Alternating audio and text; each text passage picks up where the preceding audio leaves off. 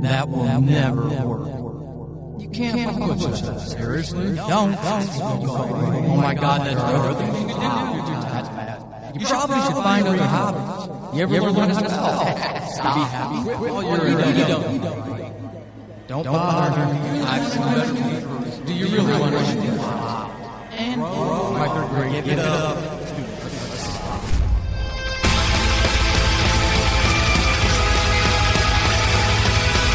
Welcome to Horrible Writing, the rawest, most candid, in-your-face writing show on the interwebs because none of us have time to suck. Let's do this.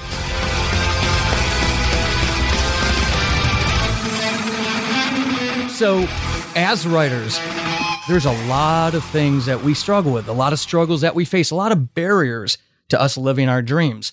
One of the more serious, one of the more devastating ones is chronic illness. This episode of Horrible Writing, I have an absolute phenom of a writer on to talk about that. Welcome to episode 106 of Horrible Writing. I'm your host, Paul Sading, and boy, do I have a great episode for you this time around.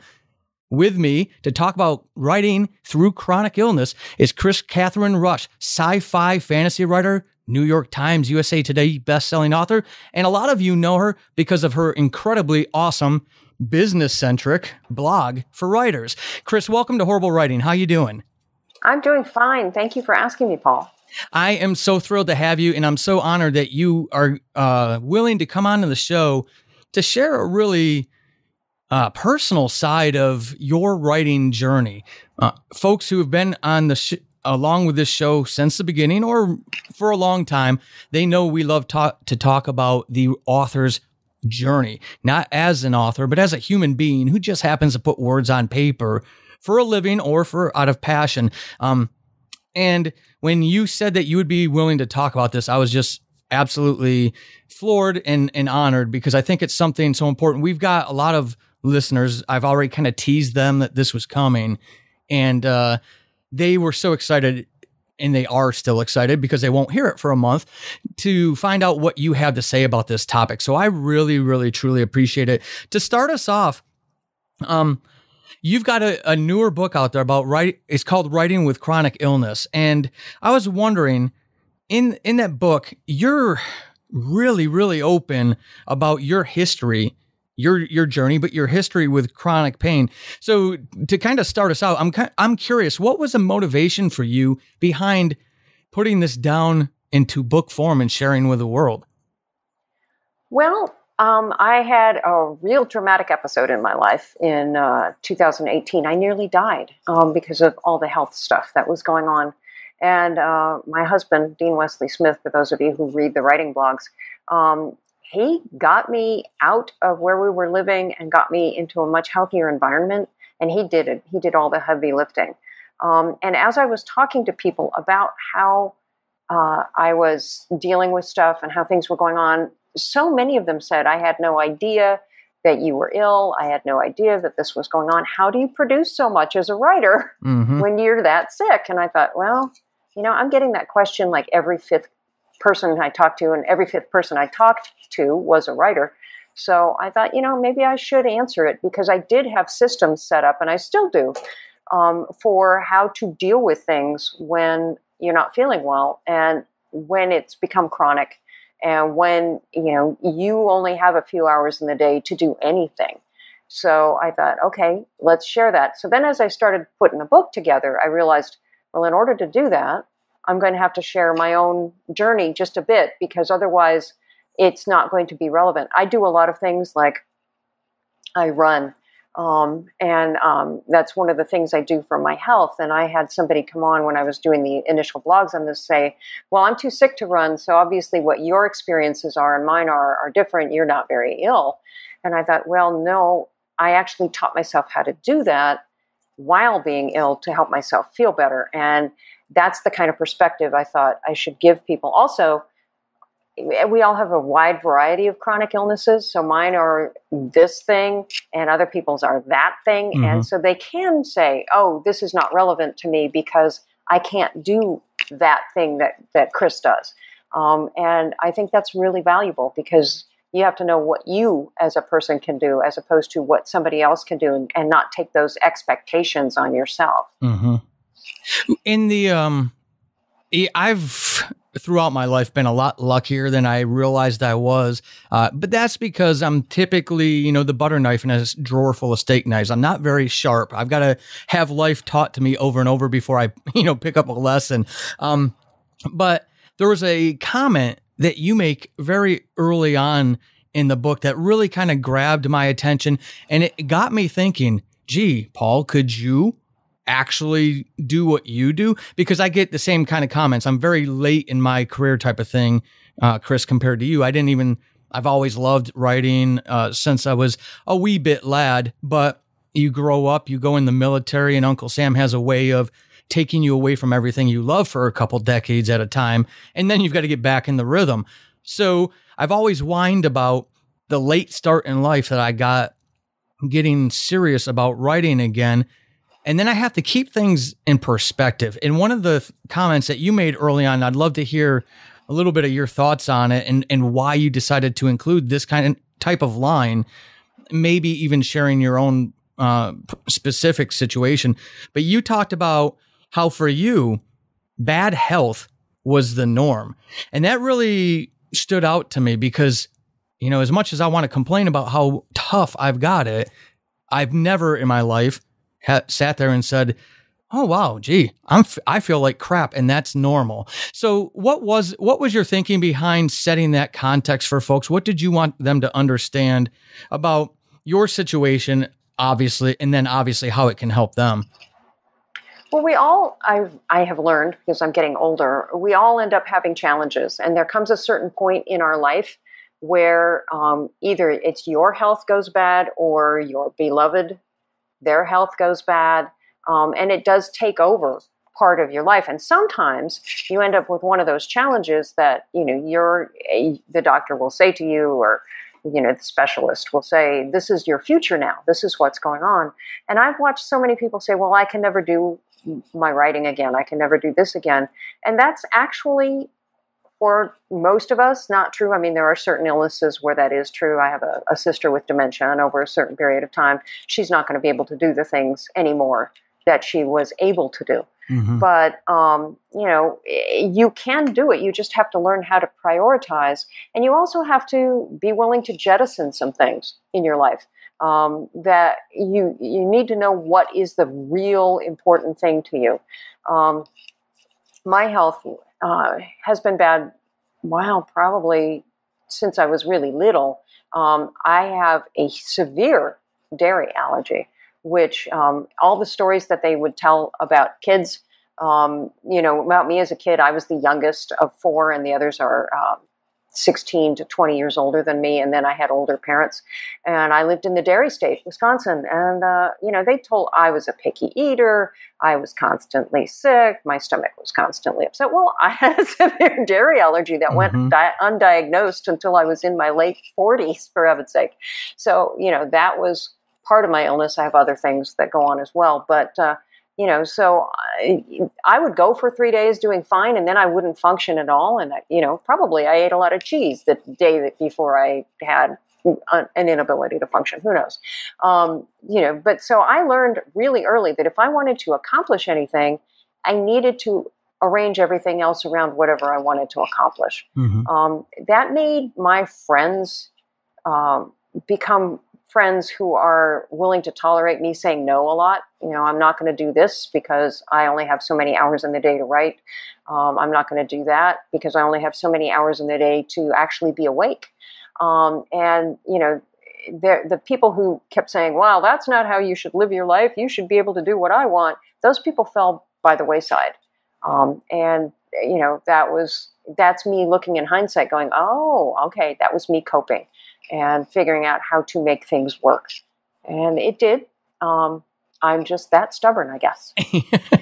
And I'm glad you said that, because I'm going to address, this is Paul's perspective, obviously, but just my perception of your public image, if you will, from the wonderful things that you put out in the world that help everyone. But I want to get to that in a second, because there's these are kind of related. So it's sort of a two-parter. You talked about in the book, one of the things I was curious about was early on in your career, dealing with.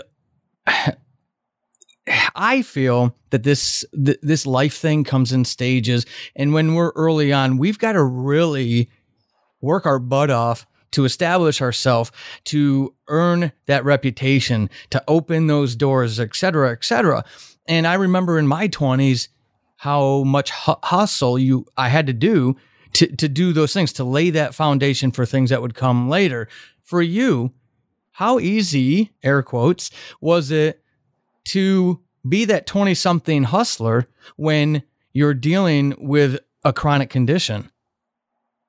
It was, I almost felt like I, was two different people, which considering I'm a Gemini, that works. There would be days when I was the best hustler. I could do all kinds of stuff. I could get things done. I could get everything else done. And there were days where if the phone rang, I wanted to pull a blanket over my head. Mm-hmm. So I did not understand why I was those two things. And it took me, a good decade to figure out that, I need to plan for the person who wants to put the blanket over her head as opposed to the hustler. Because the hustling part was easy when I felt good, but it was impossible when I didn't.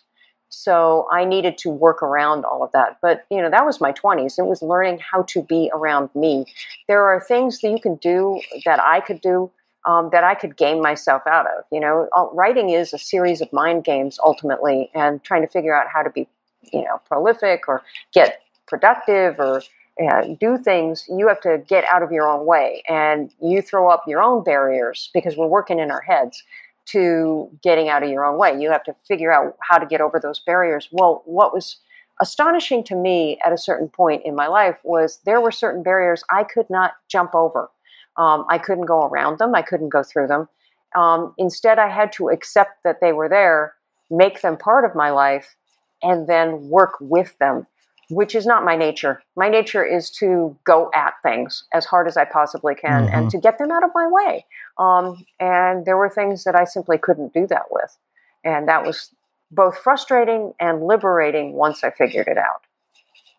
And oh gosh, I really want to ask that question now, but I'm gonna hold off for one more because you just said something that it just reinforced this image I have of you, which, by the way, I don't want to continue to be cryptic. I actually really identify with the way you handle yourself and you communicate. It's a type of mentality and approach that I can definitely easily identify with. But I'm going to hold off for one more second because you use the phrase reluctant, delicate flowers in the book, talking about mindset. So I'm curious about that mindset reflection, and including that in the book, because, maybe this is a little unsolicited feedback. I don't see you like that in your business musings and whatnot. You're, in a good way, very candid, very raw sometimes, and talking about that, being that, reluctant, delicate flower, learning, what did you learn about yourself in that phase? And then if you don't mind sharing, what were some of the things that helped you overcome it? I guess is a way I would ask that.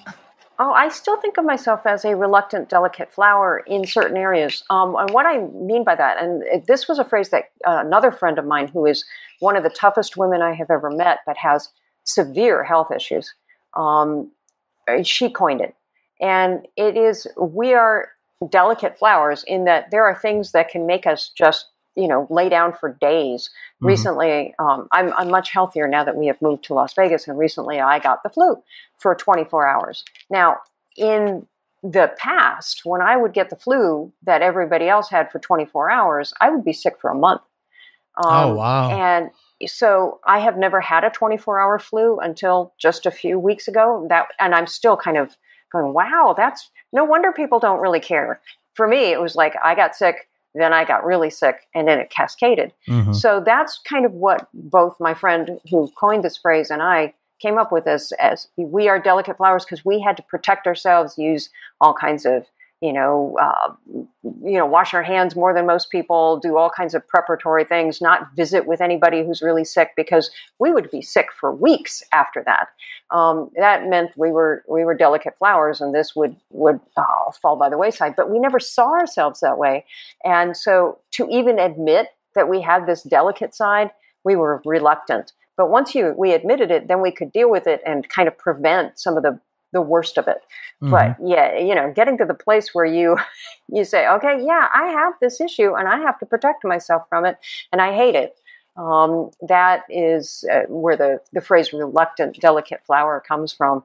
And it's useful, but it's also, it reflects the frustration that I have as well. I have a t-shirt that she designed that is a piece of art of a flower standing there holding an AK-47.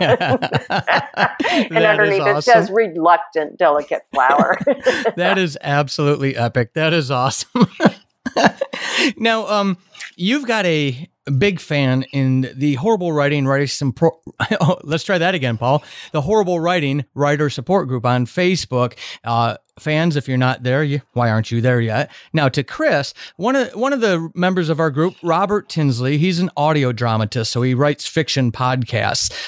He consumes your blogs the minute they come out. I swear, I don't know how he reads that fast, because your blogs are pretty heavy, and but he does, and he shares them, and he's kind of helped the group become aware of who you are, but also, especially with the recent business serious focus on in the themes, there's been this sort of perception, which I think is real, that you don't pull any punches. You call it like you see it, which I love.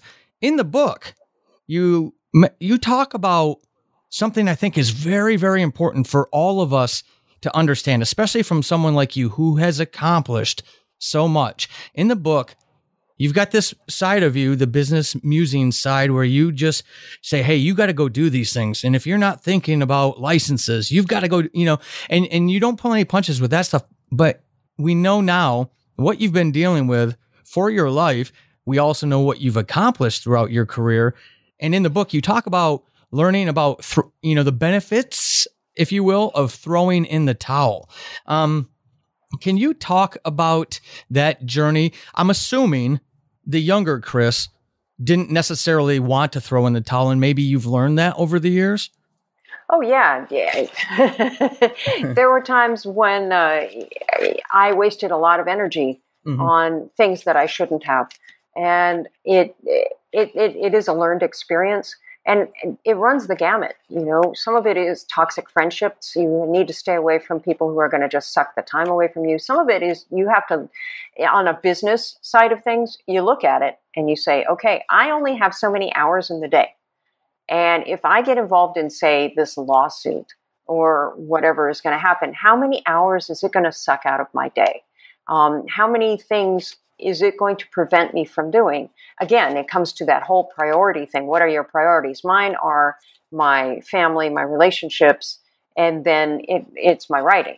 So if something is going to get in the way of my writing, I'm going to nip it in the bud if I possibly can. And sometimes it means I throw in the towel. Sometimes it means I have not sued certain people in my life that my lawyer is still screaming about because I had an open and shut case, but I would look at it and go, okay, I have two things here. I could make a lot of money from suing this person who's known for settling and giving you a lot of money, but also having a non-disclosure. And I can talk about this person because I didn't sign the non-disclosure. But the other side of it is that, in order to get to that a lot of money part of things, it would have taken a year's worth of back and forth in court. So I wasn't willing to do that. And that's part of the throwing in the towel. And some of it is, what I was talking about with barriers earlier. You can go over them, you can go through them, you can go around them, but sometimes they just exist and you have to learn how to live with them. And that, for me, as a human being, that's the hardest one.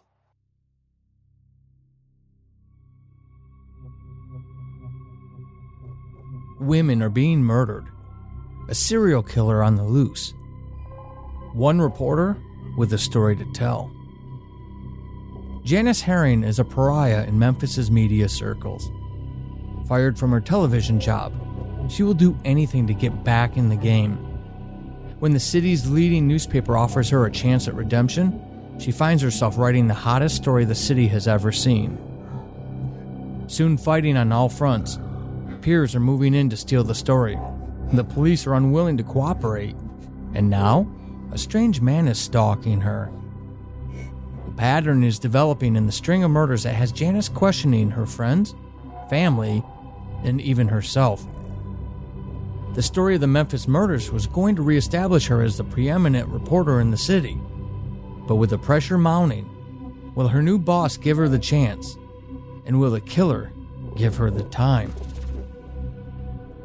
Rip is a second book in my Subject Found series. You can get it in ebook on Amazon or paperback and audiobook wherever you get those. Just head over to paulsading.com/rip for more information.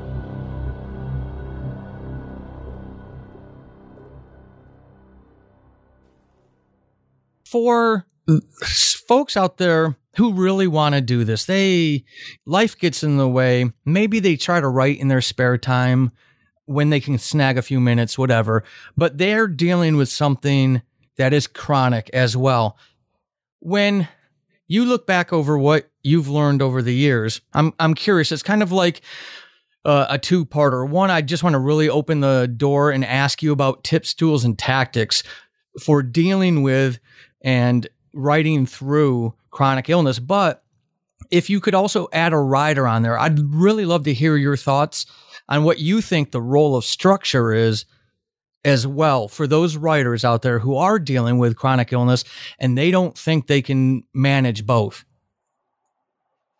Well, I'm going to start in a completely different place because I like the one you ended with, which is usually where I start. But I'm going to start somewhere else, which is you have to be able to forgive yourself. Mm-hmm. You have to understand where you are and who you are on the spectrum of things.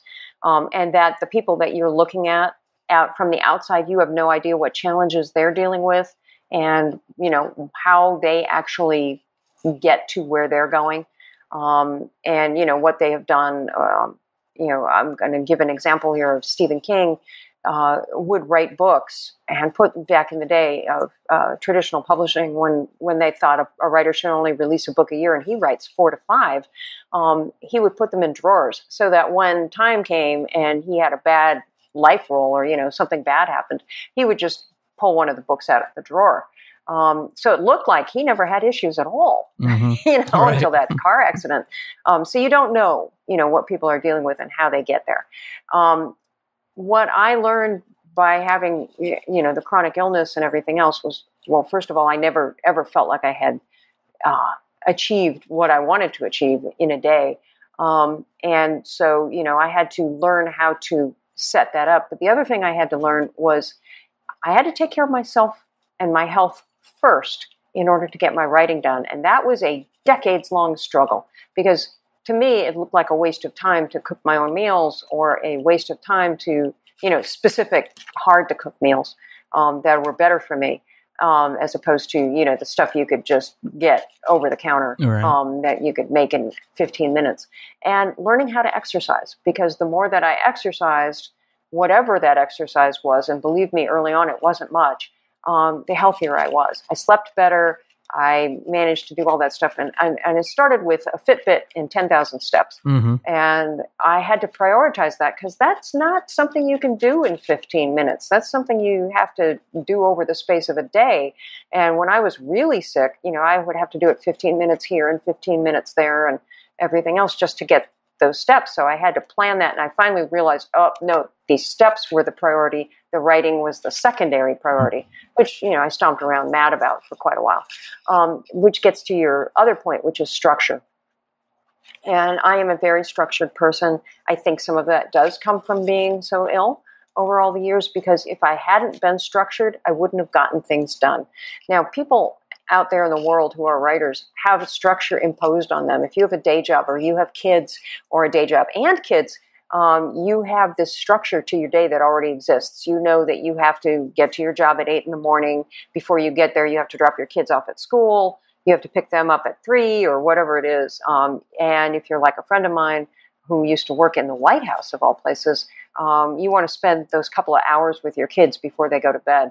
I always use him as an example because he was in the military, he was in the White House doing work there, and he would, take the train in from where he lived in Virginia to the White House, work all day at this high pressure job, take the train home, and then spend his evening hours with the kids and then go to bed. So where was his writing time? It was on the train. Mm-hmm. And he just found that little space on the train, which was a half an hour there and a half an hour home. In fact, he did not drive himself so that he would be able to have the train and the train time to write.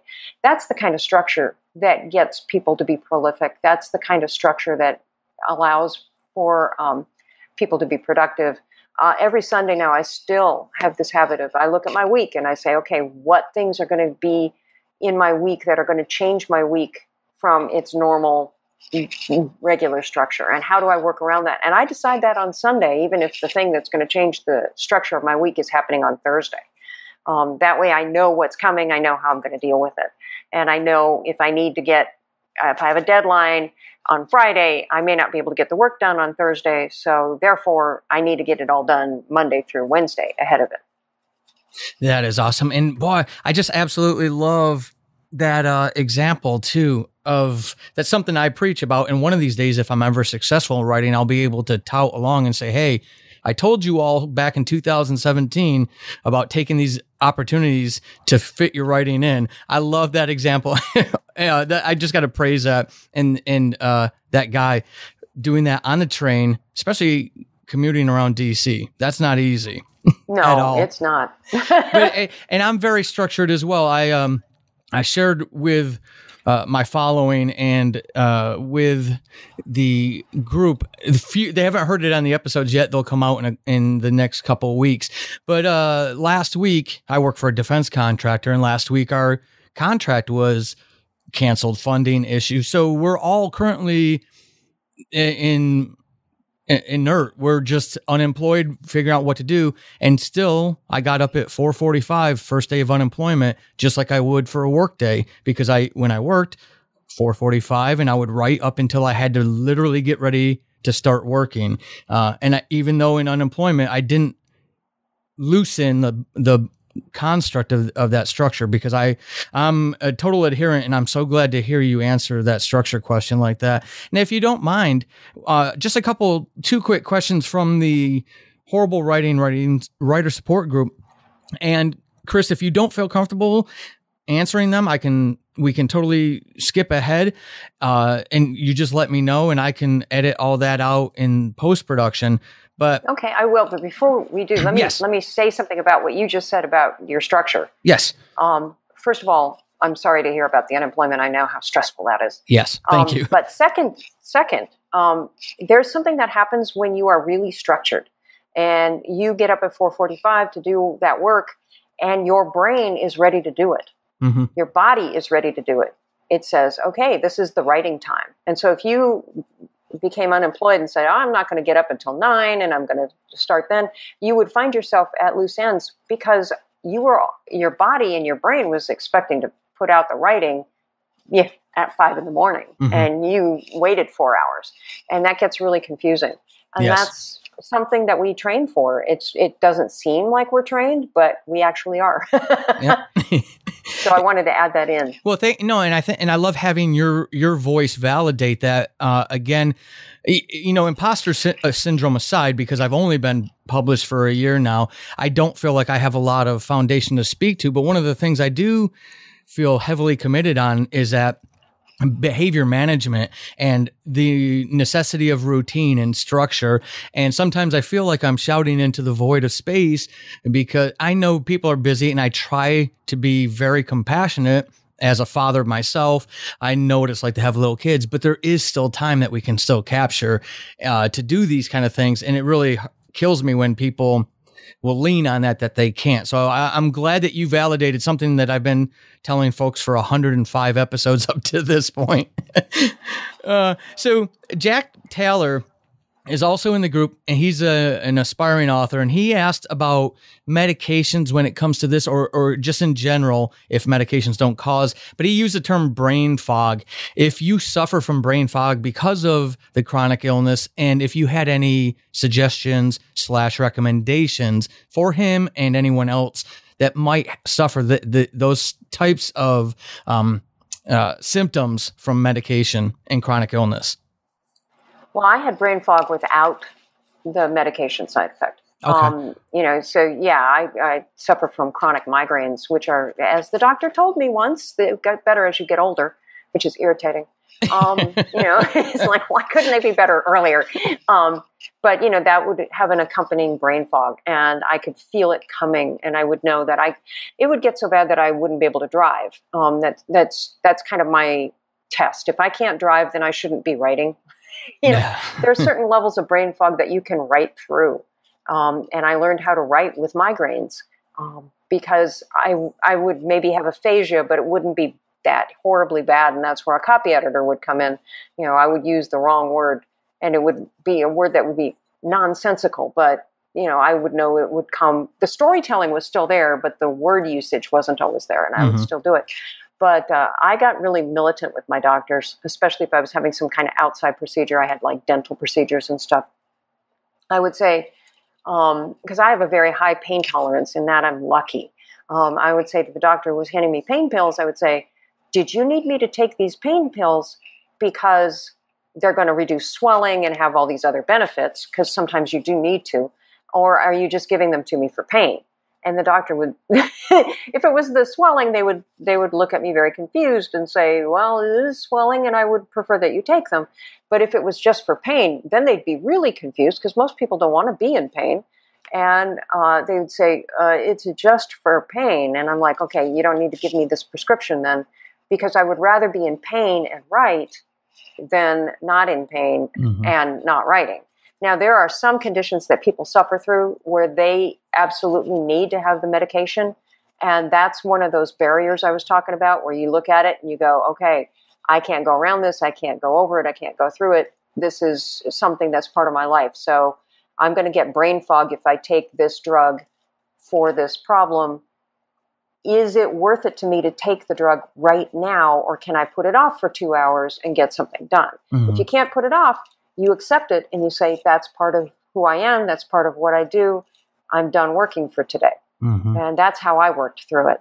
A lot of times, because my brain fog would come later in the day, I tried to get as much done as I possibly could in the first few hours I was awake. And then anything after that was gravy.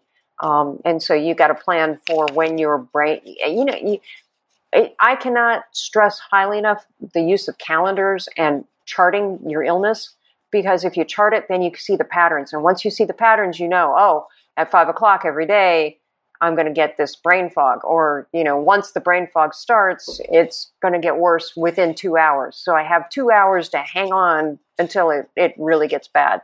And it's going to be different for everybody. And, then you work through it that way. But figure out where your windows are and use them when they show up.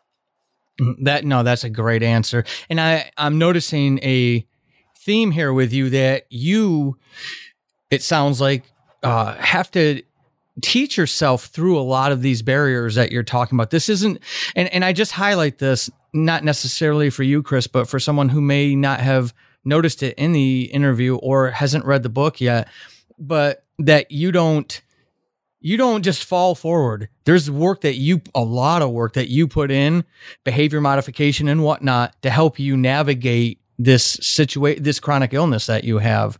That goes all the way back to when you were talking about running earlier in the episode. Absolutely. There was a time, I have a friend who jokes that the only time she's ever going to run is when somebody's chasing her, which is something I used to say. But I hated it so much. And I decided, I started doing the 10,000 steps. And I realized that, when you walk 10,000 steps, it takes a lot more time than when you run 10,000 steps. And so I was looking at time management. I wasn't looking at trying to, learn how to be a runner. I was like, well, instead of spending 3 hours a day trying to get 10,000 steps, I can do it in an hour if I learn how to run. I love that. Oh, the tricks we play on ourselves to get us motivated. Oh, I've got one last question before we get to our special segment here. And this comes from Julie Schill. She's a writer also in the Horrible Writing Writer Support Group. She says, I have stage 4 cancer and chronic pain. The only time I'm not in pain is when I'm writing or painting. Does Chris notice similar relief when she's writing? Absolutely. Writing is an escape, and it has to be. I hesitate using the word fun because that speaks to a certain kind of attitude, behavior, but it has to be an escape for you, a place that you want to go, a place that brings you enjoyment, relaxation, a benefit of some kind or another, in order to do it through all of that. And if it's not working that way for you, then you need to figure out what it is that you probably put on the writing, because I'm sure you didn't start writing because it was drudgery. I think you probably started writing because you loved it, you as the overall listener. And so, if you're getting joy out of what you're doing, or relaxation, or an escape, or a place to go, then you're doing it right, in my opinion. Agreed. All right. Now, listeners, welcome. If this is your first ever episode, I'm about to ask Chris a question that you may find odd, rude, maybe even, but I promise you, I'm not trying to be rude. What I'm going to ask Chris for is a horrible writing experience. Now, I don't want to make Chris relive any bad experience or any trauma or anything like that. There is a method to my madness. I have no idea what she's going to share. I have no idea what story is about to come, but I believe we all know where Chris is in her career, all the wonderful things she's accomplished. And she's been talking and mentioning barriers throughout the episode and some of the behavior changes and whatnot that she's done to help deal with the chronic illness. This may not even be related to that, but whatever this story is, Chris has lived it and overcome it to be who she is and who we all know her as today.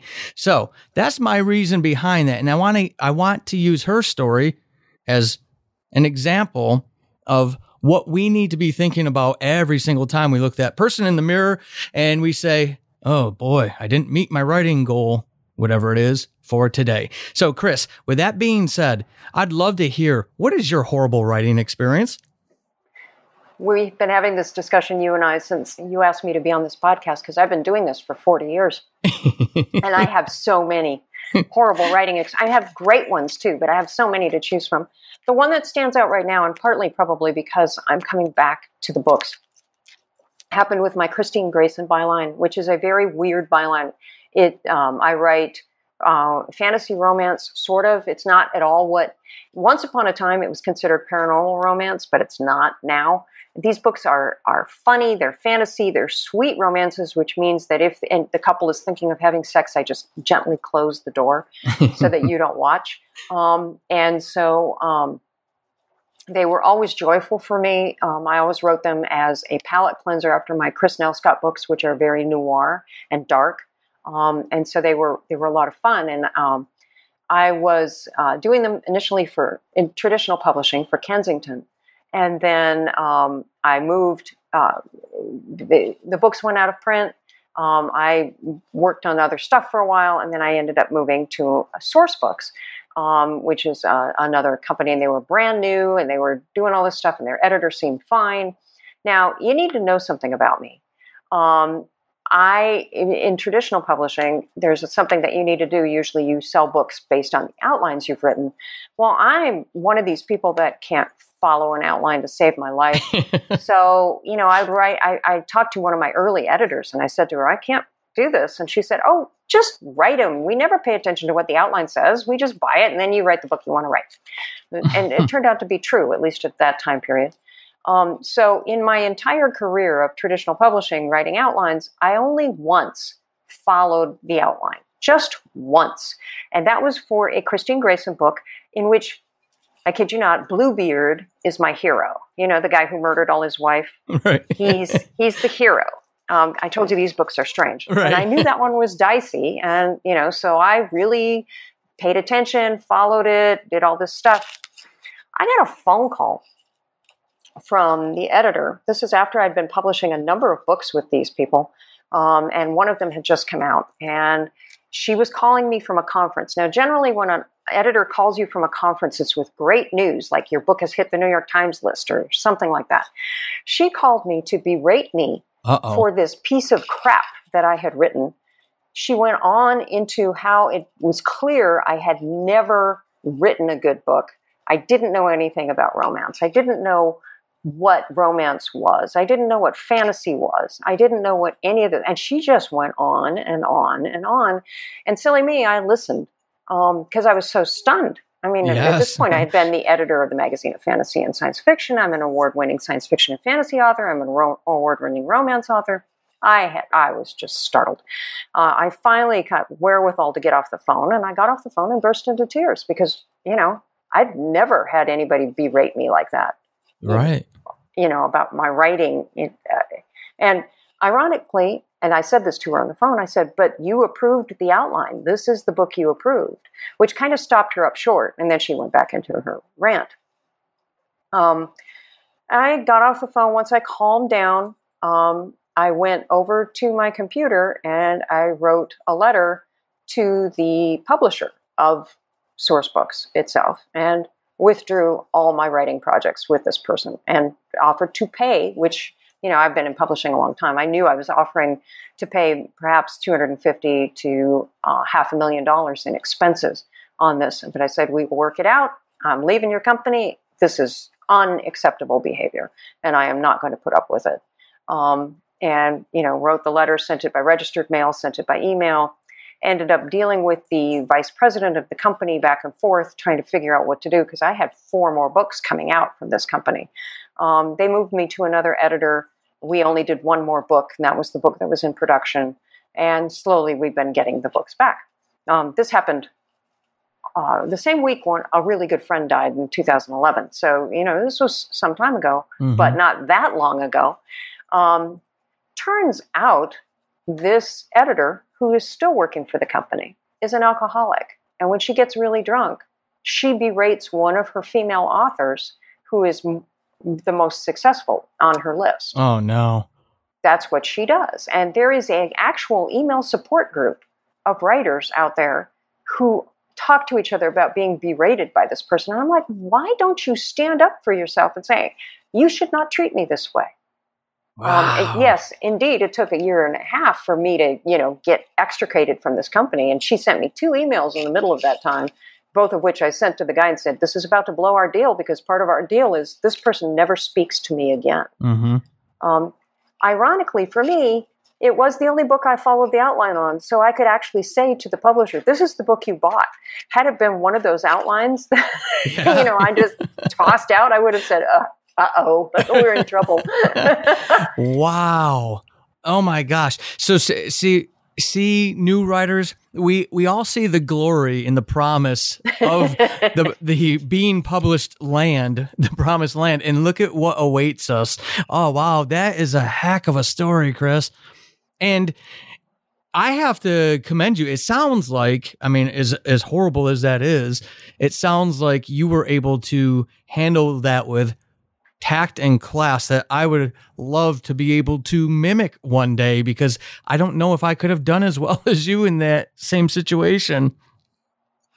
Oh, I don't know if there was tact and class involved. But, I did not send out an email immediately afterward or anything, with lots of swear words and that sort of thing, only because I've been in business a long time. And I learned that if I react, especially being female, if I react, emotionally to this, then I would have lost all credibility. Right. So going at it with, okay, here's what she said. I documented it. I sat down and documented it immediately. Here's what she said. Here's what happened. Here's what's going on. And I will not stand for this. I expected fully that they would fire her. Had she been my employee, I would have fired her. Right. But they didn't, and they still haven't. She's still at the company. I find that amazing, which speaks to the dysfunction of that particular company. Right. I've dealt with difficult editors, agents, other people in the past, and sometimes they keep their jobs and sometimes they don't. But usually you can expect business people to act in a business sort of way. Oh, exactly. This was completely bizarre and still is. No, that definitely is. And folks, I was serious praising Chris about how she handled that. But for you, for the new writer, a couple lessons in that, the fact that this type of stuff exists, it is out there. But also one of the things that I see a lot from you, the newer writer, me included in that, is that we can be pushovers when people in positions of authority in the publishing industry speak. And if there's nothing else that you take from Chris's story, that's something I took from that, is to remember where your boundaries are, what you're willing to accept, and how, in terms of how you'll be treated by anyone, and to, defend those boundaries and maintain your space. That's a great story for that, Chris. And I really appreciate you sharing that. That is unfortunate, and I'm sorry you had to go through that, but wow, what a lesson for the rest of us, for sure. Now, Chris, you've given us so much time and so much of yourself, and I really appreciate it. Before we say goodbye, though, I'd love to give you an opportunity to talk about some of the work that you have out there that you would like to highlight, some of your books, whatever you would like to highlight. But in addition, I'd love to also maybe get a little clue of what we can expect from you in the future. Well, let's do a two-parter here. I brought up the Kristine Grayson for a reason, because I've come back to it. Even though I sounded like, I was so calm and in control, that actually had an impact on me having fun with those books, because her voice was in my head. Mm-hmm. And it took a while to get that out of there. And last fall, I wrote the first Kristine Grayson book in 7 years. And so we've been reissuing everything and redoing them through WMG Publishing. And I'm really excited about that. So that's the book that just came out is called Hidden Charm. And I'm really happy about it, not just because the book turned out the way I wanted it to, but because I'm back writing Kristine Grayson stuff. What's coming up is I have just released, by the time you hear this, another book in my diving universe called The Renegade. That's a huge book where I had to write something to explain something for me. So if you've never read the diving universe, which is an award-winning, worldwide best-selling universe, you can actually start with this book, because it's set way in the past of what's going on, and none of the characters are shared. Okay. So that's a place to start. And then right about the time this airs, we'll be doing a Kickstarter on a very special holiday project. So you may want to check that out as well. And that'll be on my website, which is chriswrites.com. I will. Are you going to have a specific link for the Kickstarter itself? At some point, yeah. You will? Okay. I'm not sure what date it goes live. It'll be somewhere around September 30th, October 1st. So, Chris, where can folks find you out there on the interwebs if they're interested in what you've got to say? They should go to chriswrites.com, K-R-I-S, writes.com. And then that will lead them to all kinds of different stuff. Excellent. I've absolutely humbled and honored to have you on the show. This has been great. It's really, really surreal and strange for me to be talking to you. It's been a great year for the podcast, and I know it's not the end of year, and I'm kind of feeling like I'm about to make an end of year comment, but you've really made 2019 for me for Horrible Writing. It feels complete. This was really cool. And for you to share this much about your personal journey, with all the folks and helping them deal with some stuff that they're facing, it just really means a lot, and it really speaks to your character, Chris, and I really appreciate your time. Oh, thank you. And thanks for the kind words. I really appreciate it.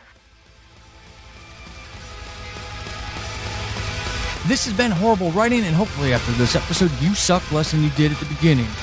I am Paul Sading, your host extraordinaire. You can find me over on the Twitterverse @WritingHorrible and over at paulsading.com/horrible-writing. Until next time, suck less.